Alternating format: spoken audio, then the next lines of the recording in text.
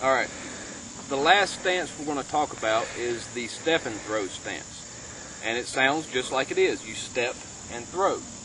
But in order to do it, instead of putting your foot at the 5 pace mark, bring it back about a half a step from the mark, and then pivot on your weak leg.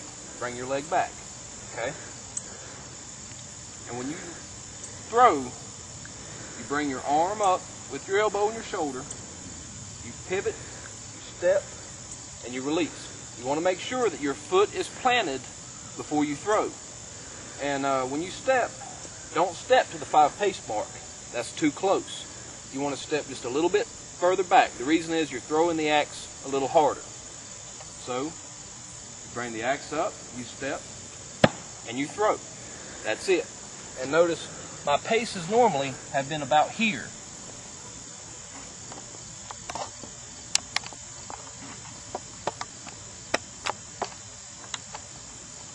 But my foot now with this throw is back to here. So if you're throwing too close, just listen to what I taught you earlier and you can adjust it. But again, when you do a step and throw, you bring your leg back, and in one fluid motion, you bring your arm, you step, and you throw. And that will penetrate the target better than the other two stances. And again, you don't have to throw hard. Now, the reason why I say you don't have to throw hard is most of your axes will have a long, soft bevel on them. Even this one, if you can see the blade on it, just the blade itself is very thin. And once you get into the body of the blade, it tapers on out, but all in all, it's still thin. My other axes are the same way. When you buy an axe, a lot of times it'll come with a blunt face. The reason for that is you can sharpen it however you like. Now, if you don't know how to sharpen it or you're uncomfortable doing it and you're interested, just send me a message and I'll do a video on that.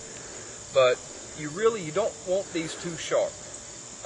This axe here, I can sharpen it to a point where it'll shave the arm hairs. But I don't want that. The reason is, if I miss the target and hit a rock, the bevel is so thin that my blade will chip.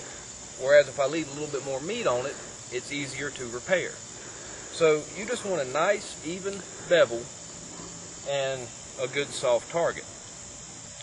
Last thing I want to talk about is safety. And even though it's the last thing I talk about, it should be the first thing on your mind. When you're on the line, especially if you're at a competition, they will almost always have a barker, a guy who says open target and retrieve your axes. When he says open target, you can throw. But you make sure that no one's behind you, because if you bring this axe back and they're behind you, you can clip them on the forehead or give them a new chin. And you do not walk toward that target until the barker says retrieve your axes. Because I've been in this situation before, and you take a step over the line, they just ream you a new one. So when he says open target, take your time, throw your axe, and wait for him to say retrieve your axe. It's a good habit to get into even if you're in your backyard. And if you're in your backyard throwing, you want to make sure that no one's in front of the target, next to you, over here, because a lot of times, and I want to try this, I'm going to try to miss on purpose and see if I can get this axe to shoot in the air. Well, I threw it too hard.